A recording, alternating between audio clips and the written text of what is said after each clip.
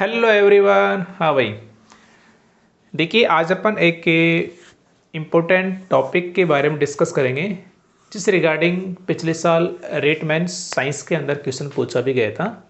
तो उसी क्वेश्चन के इर्द गिर्द और क्या क्वेश्चन बन सकता है उसको अपन ट्रिक से देखने वाले हैं। देखिए,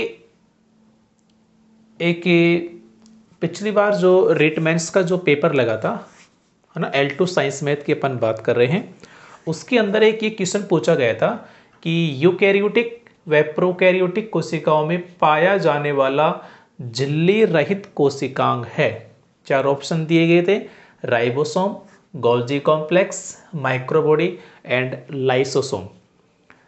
तो झिल्ली रहित कोशिकांग इनमें से राइबोसोम होता है, ये आपका राइट आंसर है। लेकिन ये झिल्ली रहित पूछा गया है, हो सकता है झिल्ली युक्त पूछ लिया जाए या ऐसा ही कोई और ऑप्शन दे के पूछ लिया जाए। तो आज अपन झिल्ली रहित कोशिकांग कौन कौन से हैं, झिल्ली युक्त कौन कौन से हैं, इन सभी के बारे में ट्रिक से डिस्कस करेंगे भाई। ठीक है, देखो आप लोग जानते हो कोशिकाएं जनरली दो प्रकार की होती है, प्रोकैरियोटिक और यूकैरियोटिक। और जो कोशिकांग होते हैं ये झिल्लियों के आधार पर दो प्रकार के होते हैं, या तो झिल्ली होगी या नहीं होगी। तो जो झिल्ली युक्त कोशिकांग होते हैं, झिल्ली युक्त कोशिकांग केवल यूकैरियोटिक कोशिकाओं में पाए जाते हैं, प्रोकैरियोटिक कोशिकाओं में नहीं पाए जाते। और जो झिल्ली रहित कोशिकांग होते हैं ये दोनों में होते हैं, प्रोकैरियोटिक में भी होंगे, यूकैरियोटिक में भी होंगे। ठीक है, लेकिन अब हमें ये याद होना चाहिए कि झिल्ली रहित कोशिकांग कौन कौन से हैं और झिल्ली युक्त कोशिकांग कौन कौन से हैं। देखिए, अपन पहले बात करते हैं झिल्ली युक्त कोशिका। सारी चीज़ें अपन ट्रिक से पढ़ने वाले हैं, ये ध्यान रखना। कुछ कहानी कुछ स्टोरी मैं आपको सुनाऊंगा, उन्हीं से अपन चीज़ों को लिंक करेंगे भाई। ठीक है, देखो झिल्ली युक्त कोशिकांग यानी उनके चारों तरफ झिल्ली होगी, आवरण होगा। अब ये भी दो प्रकार की हो सकते हैं, या तो एकल झिल्ली युक्त होंगे या दोहरी यानी डबल, या तो एक ही झिल्ली होगी चारों ओर या डबल झिल्ली होगी। देखो पहले बात करते हैं दोहरी झिल्ली वाले। इधर देखना, जैसे दोहरी झिल्ली यानी झिल्ली क्या करेगी, एक प्रकार से आप लोग कॉमन सेंस यदि अपन लोग देखें जनरली तो क्या करेगी, ये सेफ्टी मतलब ये सिक्योरिटी के पर्पज से, सुरक्षा की पर्पज से है। और देखो जनरली होता क्या है, जैसे आम पब्लिक है इनके लिए ना कोई सिक्योरिटी नहीं होती है, लेकिन यदि कोई नेता होता है ना उसके लिए सिक्योरिटी, और वो भी डबल सिक्योरिटी होती है। तो इन्हीं चीज़ों से अपन लिंक करेंगे। तो मुझे बताओ, जैसे मैं एक वर्ड लिख रहा हूँ MC, ये एक मैं क्या कहना चाह रहा हूँ आई थिंक आप लोग समझ रहे होंगे, है ना। मैं बोलूँगा नहीं लेकिन आप लोग समझ जाना। MCCM जनरली यदि कोई आम नागरिक है, यदि उनको किसी ने ना धमकी दे दी, वार्निंग दे दी, तो यदि वो शिकायत करेंगे ना तो उनको कोई सुरक्षा नहीं दी जाएगी। लेकिन यदि किसी नेता, और वो नेता कौन है, CM, यदि उस CM को किसी ने धमकी दे दी ना तो उसकी सुरक्षा को डबल कर दिया जाएगा। तो MCCM को दोहरी सुरक्षा मिलती है। बात समझ रहे हो, MCCM को दोहरी सुरक्षा मिलती है। बस इन्हीं से आपके जो दोहरी झिल्ली वाले कोशिकांग हैं वो कवर हो जाएंगे। तो ये जो आपने लिखा है ना कि MCCM, इस M का मतलब क्या है, इस M का मतलब है माइटोकॉन्ड्रिया, इस C का मतलब क्या है, सेंट्रे यानी केंद्रक, और इस C का मतलब है क्लोरोप्लास्ट। आई थिंक बात समझ में आ गई होगी, है ना। जो MCCM है उसको डबल सिक्योरिटी दे दी जाएगी और किसी आम नागरिक को नहीं। दोहरी वाले याद हो गए, एकल वाले अपन याद करते हैं। देखो एकल की बात करते हैं, ये क्या लिखा है, एकल।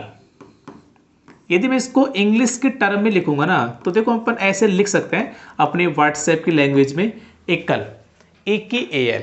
अब सुनना, इस E से बनेगा ER, और ER का मतलब क्या होता है, एंडोप्लाज्मिक रेटिकुलम, अंतःप्रद्रवी जालिका, नाम सुना होगा आपने।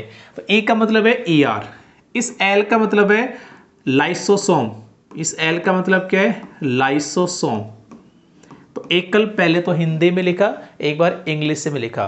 तो इंग्लिश में देखो E से बन गया ER, एल से बन गया लाइसोसोम। क्लियर। ये शब्द क्या है, कल। कल से बन सकता है गल, और गल से बन सकता है गोल्जी काय।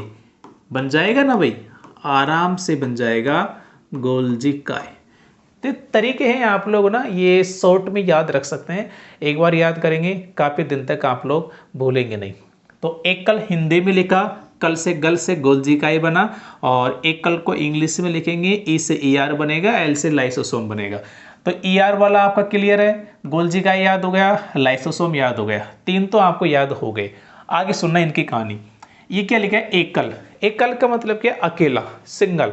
और मुझे बताओ, यदि कोई इस दुनिया में अकेला रहेगा, सिंगल रहेगा, सिंगल का मतलब है शादी नहीं करेगा, तो जब शादी नहीं करेगा तो उसकी ज़िंदगी ना खाली खाली रहेगी। अरे रहेगी ना, रिक्तिका का मतलब क्या होता है, खाली होना। जब शादी नहीं करेगा, सिंगल रहेगा, तो ज़िंदगी ना खाली खाली से रहेगी, रिक्त रहेगी। तो रिक्त का मतलब रिक्तिका। लाइफ में ना कोई रस नहीं रहेगा, मतलब कोई मिठास नहीं होगा। जब कोई इंसान सिंगल रहेगा, अकेला रहेगा, तो कोई मिठास, कोई रस रहेगा लाइफ में नहीं रहेगा। तो लाइफ उसकी रिक्त रहेगी, तो कोई रस नहीं रहेगा, रिक्तिका और रसदानी। ठीक है। और जब उसको कोई ज्ञान देगा ना, तो वो शादी भी कर लेगा, और जिससे वो शादी करेगा उस लड़की का नाम क्या है, तारा है। क्या नाम उसका, तारा। तारा से तारक काय। और जब शादी होगी तो छोटे छोटे बच्चे भी होंगे। और सूक्ष्म का मतलब क्या होता है, छोटे। सूक्ष्म का मतलब छोटे, तो छोटे छोटे यानी सूक्ष्म बच्चे भी होंगे। तो सूक्ष्म का मतलब सूक्ष्म काय, जिन्हें माइक्रो बॉडी भी कहते हैं, जो तीन है, स्पीरियोसोम, पेरोक्सिसोम, ग्लाइकोसिसोम। केवल आप लोग माइक्रो बॉडी याद रख लीजिए, इनको याद रखने की आवश्यकता नहीं है। ठीक है, तीन होती है ये। तो आई थिंक एकल झिल्ली वाले भी आपको याद हो गए होंगे। पहले हिंदी में लिखा, इससे बन गया कल से गल से गोल्जी काय। इंग्लिश में लिखा EKAL, ई से ER, एल से लाइसोसोम। ठीक है। और फिर एक कहानी आपकी कि भाई जब अकेला रहेगा तो जिंदगी रिक्त रहेगी, खाली खाली रहेगी, कोई रस नहीं रहेगा। जब ज्ञान दे देंगे तो शादी करेगा, तारा नाम की लड़के से करेगा, सूक्ष्म यानी छोटे छोटे बच्चे भी होंगे। तो आई थिंक ये भी याद हो गया होगा। अब बात करते हैं अपन झिल्ली रहित कोशिका। ठीक है, जो केवल मतलब जो प्रोकैरियोटिक होते हैं उनमें केवल यही पाए जाते हैं, यूकैरियोटिक में भी होते हैं, लेकिन प्रोकैरियोटिक में केवल यही रहेंगे। देखो राइबोसोम, कभी राई देखी आपने, राई कैसे निकालते हैं, उसकी जो फली होती है उसको पहले उसका छिलका हटाएंगे। छिलके का मतलब क्या है, आवरण। भाई आवरण क्या होता है, छिलका होता है। तो जब राई कब निकलेगी, पहले उसकी फली में से छिलके को हटाएंगे, आवरण को हटाएंगे, तब राई निकलेगी। तो राइबोसोम में से राई कब निकलेगी, जब छिलका यानी आवरण हटाएंगे। जब हटाएंगे तो आवरण बचेगा ही नहीं, झिल्ली बचेगी नहीं। ठीक है। आगे है केंद्रिका। देखो अब यहाँ पे आप लोग कंफ्यूज मत होना, केंद्रक है यहाँ पे केंद्रिका है, केंद्रिका। ठीक है। तो आपको केंद्रिका में जाना है, एक थोड़ा सा मतलब स्टोरी क्रिएट करने की कोशिश कीजिएगा। केंद्रिका में जाना है, यानी बीच में जाना है। तो पहले आवरण हटाना पड़ेगा, भाई चारों ओर का आवरण हटाना पड़ेगा, तब जाके केंद्रिका में जाएंगे। ठीक है। आगे देखो तारक केंद्र। तो केंद्र, यहाँ पर भी केंद्र आ रहा है, ये थोड़ा सा ध्यान रखना, ये केंद्रक की ध्यान रखना। और यहाँ पे केंद्रिका, केंद्र यानी तारक केंद्र। तो केंद्रिका में कब जाएंगे, जब आवरण हटाएंगे। और केंद्रिका में केंद्र आ रहा है, केंद्र से तारक केंद्र, और बना देना, ये झिल्ली रहित होते हैं। आई थिंक आपको ये चीज़ें याद हो गई होंगी।